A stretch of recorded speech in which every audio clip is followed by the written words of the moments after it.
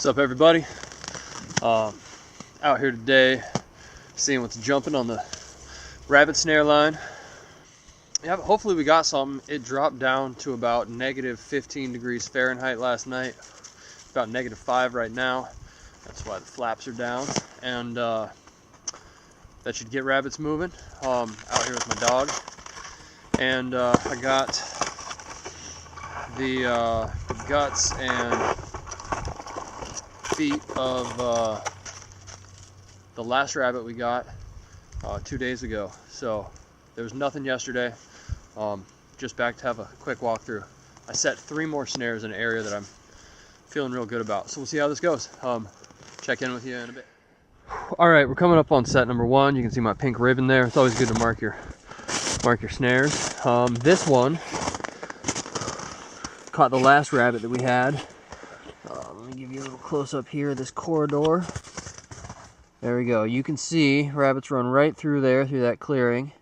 And you can see my snare in there. What's important about setting these snares is you want them about the size of your fist in loop diameter, and you want them to be 1 fist in height off of the ground. From the bottom of the snare to the ground, you want it to be 1 fist. That's right at rabbit head height. You can see here, off to the left of the loop, I have a birch stick stuck in there. Off to the right of the loop, I have a couple of different twigs that just let the rabbit know to go in the right direction. And then underneath there, let me zoom in. Oops. Zoom in there. That is a little chin-up stick, and that makes a rabbit lift his head up so that he ends up right in that loop. All right, there's my pink ribbon. If we look down here, here is our rabbit run. You can see this trail goes right through there, through the trees, and there's some rabbit sign in it. Obviously none from a couple days, but let me zoom in a touch and show you the snare. There we are, and you can see my chin-up stick is there as well. No action in this one yet, but it's a good spot, so I'm going to let it rock. All right, here's another flag. If you look down here, very obvious, pronounced travel corridor.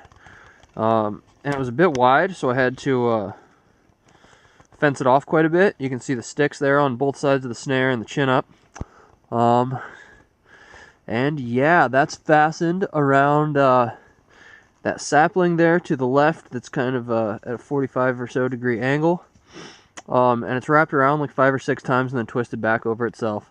So it's got a good secure connection. I have yet to have a rabbit pull off, knock on wood. And that's my system, and that seems to be working pretty solid this season.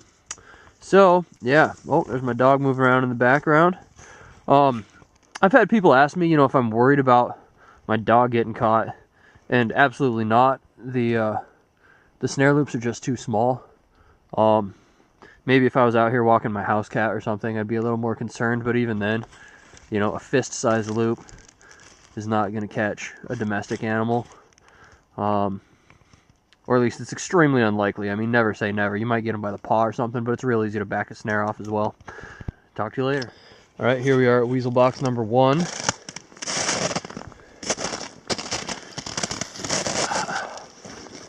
I put these spruce hen feathers out here just to kind of pique some interest of any weasels or whatever it's coming by.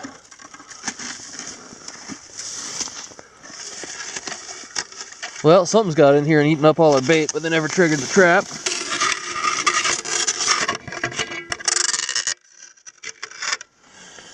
Might be a vole or something, who knows, but as you can see, there's the spruce hen leg's been chewed up pretty good. And there's pellets on it, so something's been in here eating. I will get this rebaited and reset. I'm just going to use some rabbit feet. And I'll check in with you on the next one. Alright, here we are at weasel box number 2. As you can see, a chunk of my bait's been pulled out.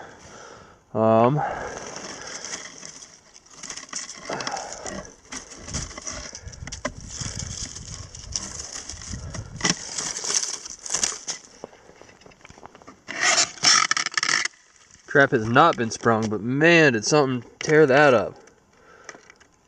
I'm gonna reset that a little bit lighter trigger and throw some more bait in there. If you look in here,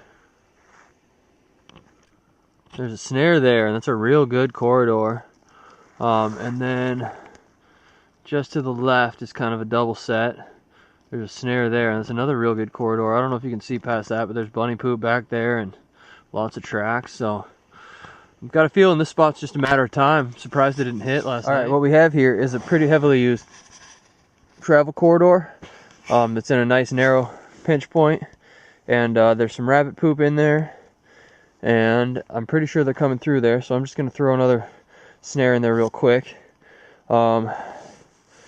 This is my bundle of snares that I have pre-made. There's 1, 2, 3, 4, 5, 6 or 7 of them in there.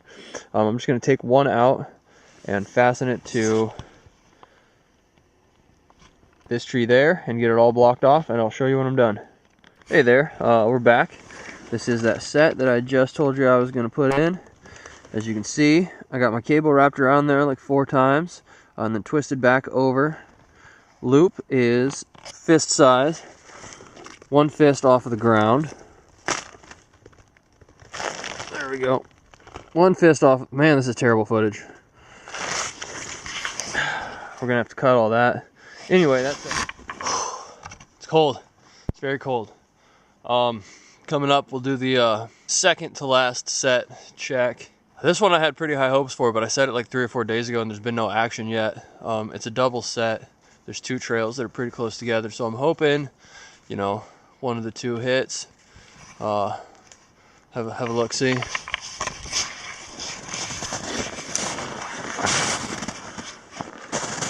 You can see my dog in the background there. Pink flag. There's my snare, no action there. And then next slide over, that's all branched off real good. There's this little run here that kind of pokes through. And, oh, there's no snare, that's a good look. Here's the hanger where that snare was on. This one I had to do on kind of a long deal because there's nothing real supportive to anchor it to. So I anchored a thicker, I call it Ford wire, but or trapping wire, whatever. I anchored that there. And then the snare is anchored off to a branch kind of in that mix, but it was a real long, it was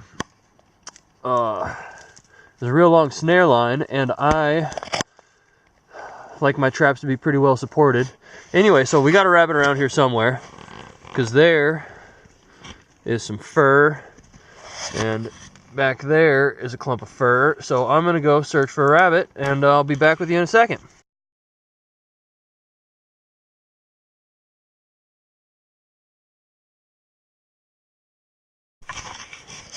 All right, let's have a look.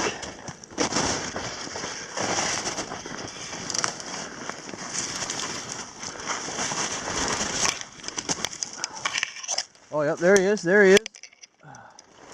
Tucked in pretty good.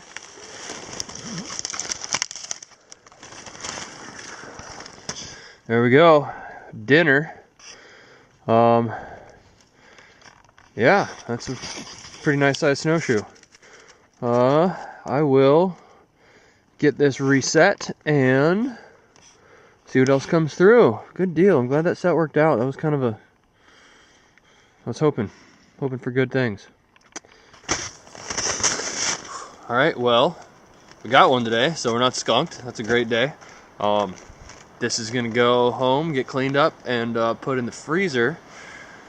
These are delicious, and I'm gonna save this hide and combine it with some others that I got and make some mittens or hat or something interesting. You know, try and use all of what you get. Even the entrails and whatnot go for baiting other traps. And yeah, so the reason they call these snowshoe hares, though, if you look, and I'm sure you saw it in my previous shot where we found the rabbit, but if you look, their feet are just massive when they're all spread out. You know, there's my hand that covers the entire palm of my hand, and that additional surface area helps them move through deep snow rather quickly. So yeah, there you go. Very thankful for this guy. Gotta love it when you can get, you know, organic food relatively free and get out and enjoy the great outdoors while you're doing it. So, pretty excited.